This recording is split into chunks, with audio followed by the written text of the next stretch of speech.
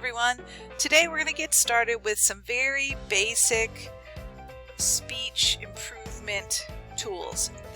We're starting at rock bottom, so many of you may already know this, but some of the things on here will probably be new to all of you.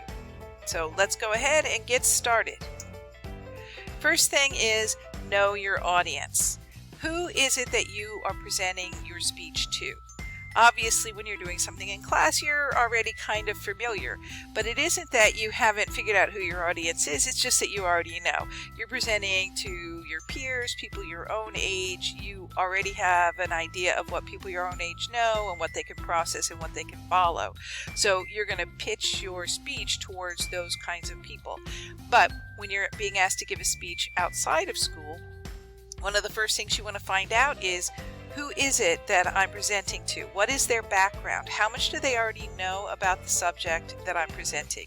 If you were going to do a speech about car repair, it would be very different how you'd approach it if you were presenting to a group of professional mechanics versus a group of college students versus at a church to random members of the church, because you would expect the audience to have different levels of interest, different levels of experience, of knowledge, and they would be looking for different things out of your speech. So whenever giving a speech, one of the first things you need to find out is, who is it that I'm speaking to, and get background information. Number 2, know the room.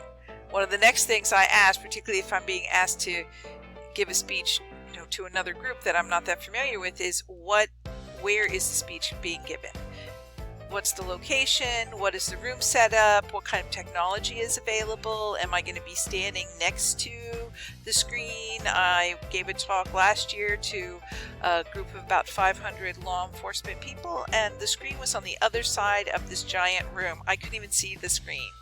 So it was a good thing that I knew my material, because normally you could kind of glance up at your presentation space to get a reminder of what's on there, and nope, it was on the other side of the room.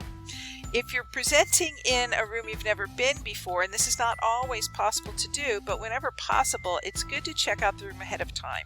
So if I'm presenting at a conference, for example, the night before or the morning of, when there's nobody in there, I like to go into the room, get a sense of the layout. Where's the audience? Where am I going to be standing? Where's my equipment? And actually, this can sound weird, but it really does help. Physically walk around the room. A lot of times when we're giving a speech, we go and stand up behind the podium or the equivalent, and we don't really move from there. And that makes that, in our minds, that's our space, and the rest of it is outside space, and at some level unsafe space. But if you literally walk the perimeter of the room, that makes the whole room your space, and that gives you, subconsciously, sometimes it gives you a greater sense of control. Know your material. This is where I'm all about rehearse, rehearse, rehearse.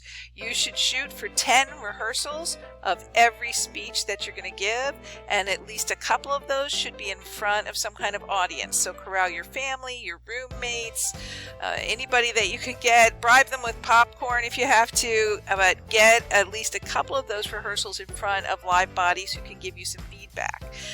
But doing it alone in front of the mirror, sometimes I'll do it driving in my car just to get the ideas in order, and then I do different rehearsals to interact with my materials. But the more you rehearse, the more comfortable you are, and so that will reduce your level of anxiety. And also, stuff is going to go wrong. Maybe not every speech, but fairly regularly stuff will go wrong. If you know your content, then that frees up more cognitive space to deal with whatever it is that's going wrong. So it's like, okay, I know this, so now let me figure out what's happening with the technology here so that you can handle problems. Because the mark of a good speech is not a speech with no problems. The mark of a good speech is one where everything was handled well. Relax. Now, particularly for people who are anxious about giving speeches, this is one of those easier said than done things. But while you don't want to be so mellow that it seems like you don't care, you don't want to be so anxious that your audience is feeling that energy, because then they will become anxious as well, and some may discount that you're qualified, even though those two things are not connected. So do a couple of deep breaths before you get up there. Literally, physically, it has an effect on forgot, vaso something or another. I'm not in the medical area. It does literally calm you. So you want to take deep breaths into the diaphragm, hold it for a couple of seconds, and slowly let it out. Do 3 of those before you get up to speak. That will relax you enough that your nervous jitters can become something that focuses you rather than something that unfocuses you. Remember that by and large, and definitely in the class, your audience is friendly. They want you to be successful. So particularly if you're someone who's nervous speaking, don't think of it as, oh, I'm up here speaking to 20 people. Think, I'm up here speaking to an individual 20 times. So if you're comfortable one-on-one, just remember that what you have is a room full of one-on-ones, and relax and actually try to enjoy it.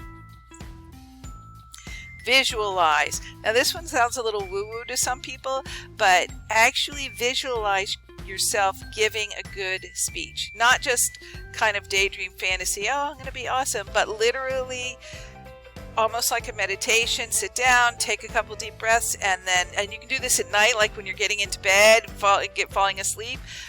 Visualize the whole process, getting up out of your chair, or in this case, remote. What is the process of going up, turning on the computer, delivering your opening statement, all the way through the speech, and visualize yourself delivering it the way that you would want to. This is a very powerful effect on our subconscious. Some levels of our mind can differentiate between what we're actually doing and what we're imagining. I know athletes use this technique to help improve. Now, they don't do it instead of practicing, but they do it in addition to practicing. So visualize yourself delivering the speech the way that you want to. Remember that people want you to succeed, except for a very small category of speeches where you are actually delivering to a hostile audience. Your audience wants you to be successful. At the very least, they don't want to be bored. And most people are kind and good-hearted, and we're definitely going to be that way in this class. So people have your backs. Everybody in class is nervous about giving up to get a speech at some level. Some people may not be very nervous. Some people may be extremely nervous, but we all want you to be successful. We want you to do a good speech. We want you to get better and better. So you are delivering to a friendly audience that has your back. Don't apologize. One of the mistakes that I see speakers make a lot is to apologize when they have made a mistake. First of all, if it's a small mistake, your audience may not even know. I liken this to when I'm driving with someone and I'm the passenger and they keep telling me, oh, I meant to turn here, I meant to turn there. I'm like, dude, I'm in the car looking out the window. I'm relaxed. I would have no idea that you went the wrong way had you not told me.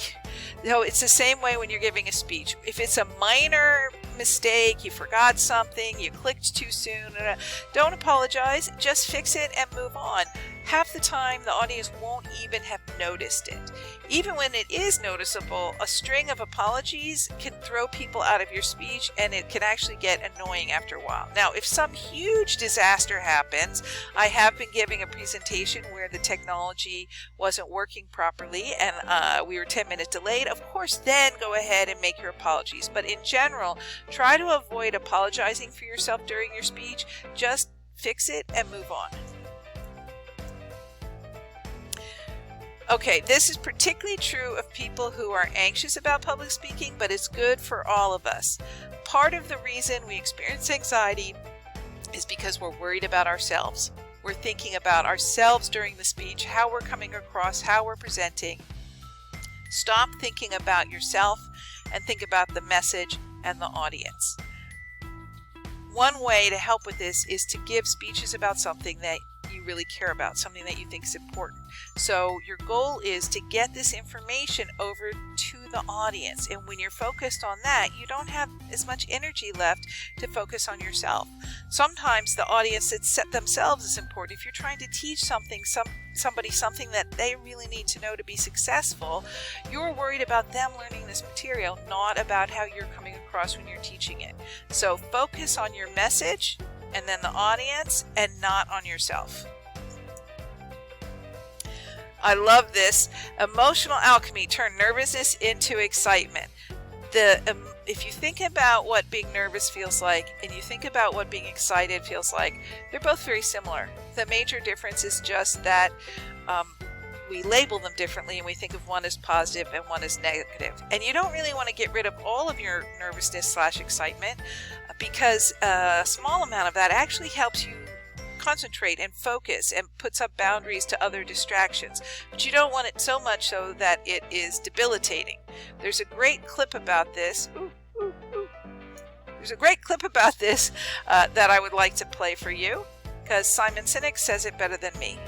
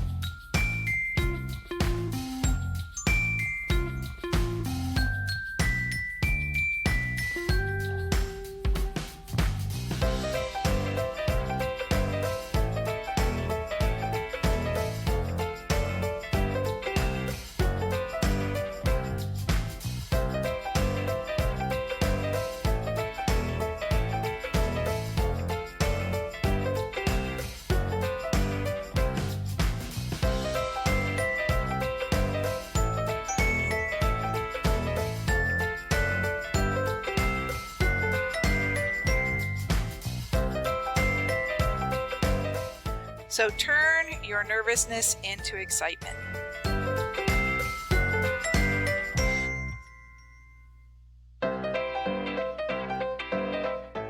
And for people who don't like to give speeches, they don't like this answer, but one of the best ways to become a good public speaker is to give lots of speeches. Just like practicing an individual speech will help you be successful, practicing public speaking will help you become a more successful speaker. And that's it. Those are the basics. This is good to get you started, and I look forward to going more in depth as the semester continues.